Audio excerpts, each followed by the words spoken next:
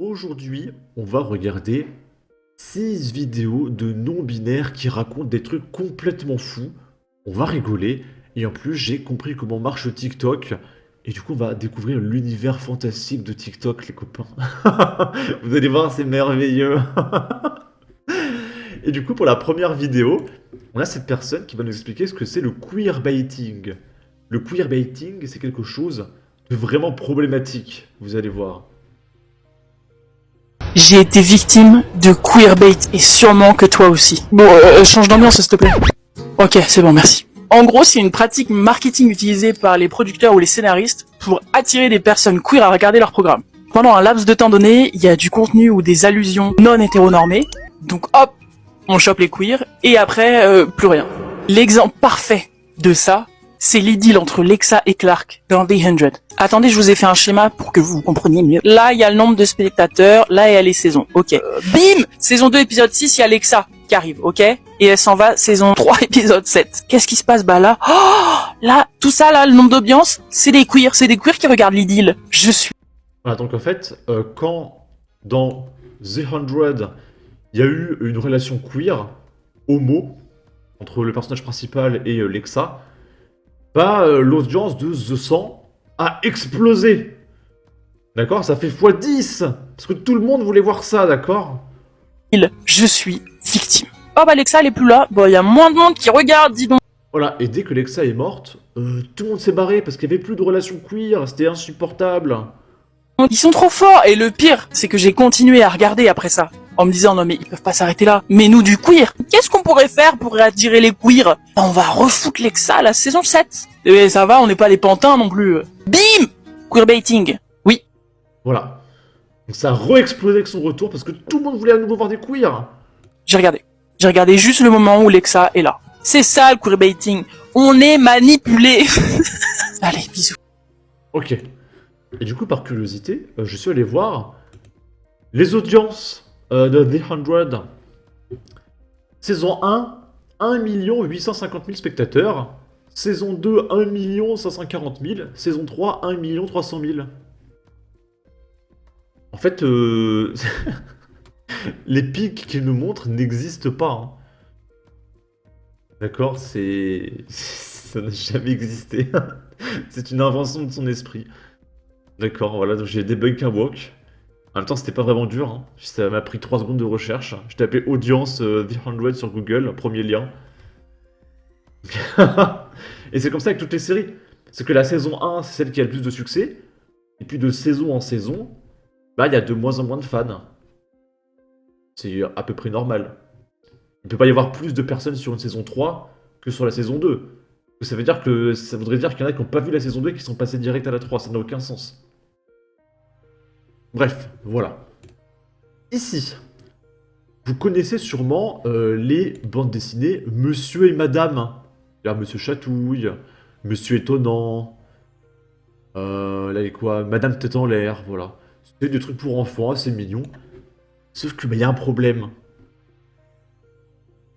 Bah, il n'y a pas de non-binaire dans les BD Monsieur et Madame. Et c'est extrêmement problématique. Et du coup, il y a ce génie qui a mis en place une BD non-binaire. Regardez, truc de zinz. Je suis au livre Monsieur Madame, il y a Monsieur Chatouille, il y a Monsieur Étonnant, il y a Madame Têtue, il y a Monsieur Nigo, il y a plein de Monsieur Madame, mais il n'y a pas de non-binaire quoi. On n'est pas là. Bah alors? Et non, ça existe pas. C'est pour ça que nous, on l'a fait. On a créé le personnage de non-binaire. Regardez comme il est mignon. Tout en violet, etc. C'est marrant parce que je suis sûr qu'il existe dans Monsieur et Madame déjà. Ils ont repris vraiment le même dessin. En soi, il n'y a que le titre qui change. Enfin, je sais pas si c'est dans un but marketing ou si le mec est vraiment offensé parce qu'il n'y a pas de non-binaire. Ça n'apporte rien, hein. C'est pour les enfants. Et quand je dis les enfants, c'est genre 3 ans. Hein. Ça sert à quoi de faire des non-binaires à 3 ans? La petite casquette. Un hasard. Ah, on n'a pas chômé, hein, vous avez vu? Comme c'est beau ce qu'on a fait. Regardez. Ah, mais j'ai compris! J'ai compris, regardez, c'est lui! Il s'est dessiné lui-même, il a la petite casquette et les cheveux en pique, là. Il s'est dessiné lui-même, c'est un problème d'attention. C'est un problème d'attention, mais c'est trop bien.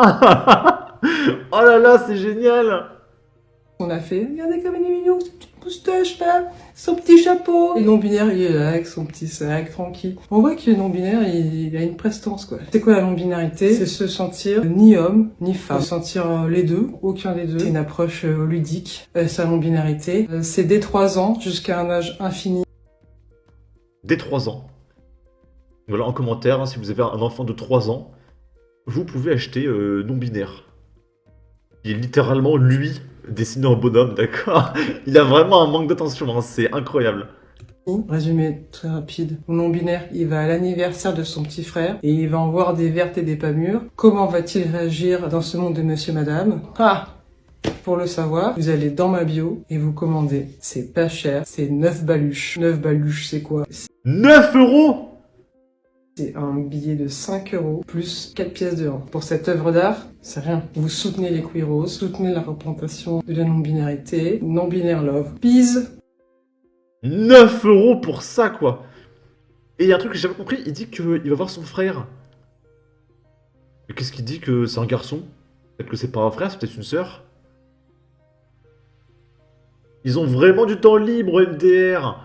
Et puis je te paye en 9 non-binaires, car franchement, le terme euro, je trouve que ça fait trop waouh. Tu pourras décider si c'est des euros ou des dinars, en fonction de ce que tu ressens. Et là, on va approcher du monde merveilleux de TikTok, les copains.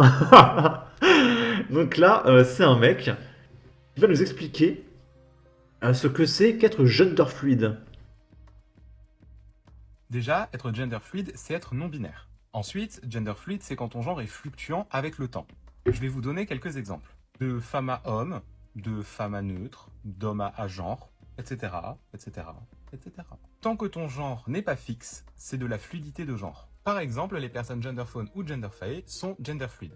D'homme à Donc en fait, si lundi t'es un homme, jeudi un garçon, non, une femme, samedi un non-binaire et puis dimanche un hélicoptère, bah, tu es gender fluide parce que tu changes au cours du temps. Par contre là, il y a un truc qui m'a interpellé, il parle de genderphone. C'est quoi, c'est pour les animaux? Genre lundi t'es un chien, mercredi t'es un chat et samedi t'es un éléphant? C'est ça un genderphone?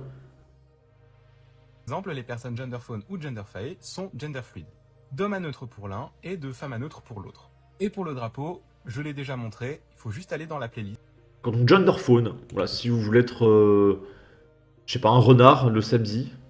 Voilà, faites ce que vous voulez, ok? Ici, vous l'avez peut-être déjà vu, c'est la femme qui parle de son chien non-binaire.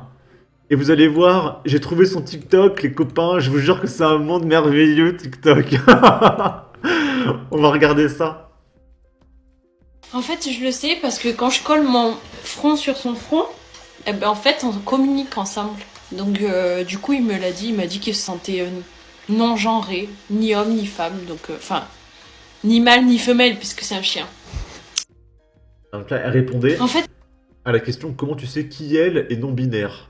Donc c'est un chien IL non-binaire. Et vous allez voir, le chien, il a l'air trop triste. Donc là, elle est avec son chien, je crois, je sais plus. Je sais plus, on va regarder ça. Hello, vous vous rappelez de mon chien non-binaire? Regardez ce qu'il m'a fait. Ça, c'est ma voiture, d'accord? Ça, c'est mon chien non-binaire. Ça, c'est Ça, c'est mon chien non-binaire.